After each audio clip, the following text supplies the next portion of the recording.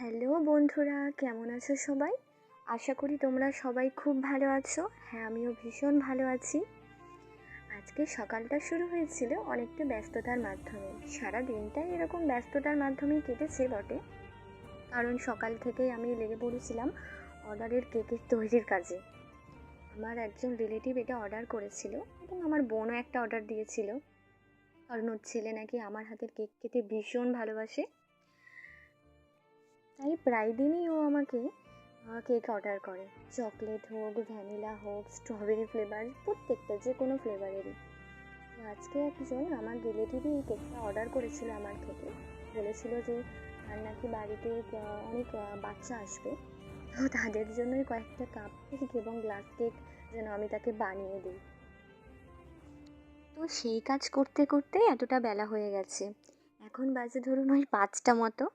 আর এখন আমি ভাবলাম যে তোমাদের সাথে একটা ছোট্ট ভিডিও ক্লিপ শেয়ার করি, যাতে তোমরা বুঝতে পারো হোমমেড কেক আর বেকারি কেকের পার্থক্যটা।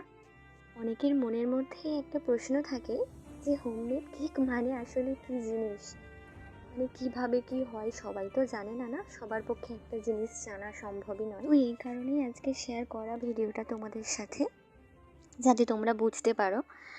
তো দেখো, এই যে কাপ কেকগুলো তো অনেক আগেই হয়ে গেছে, তো এখন গ্লাস কেকটার পিছনে পড়েছি। কারণ আমার কাছে কাপ কেক বলুন বা গ্লাস কেক, আমার কাছে দুটোই ভীষণ ভালো লাগে।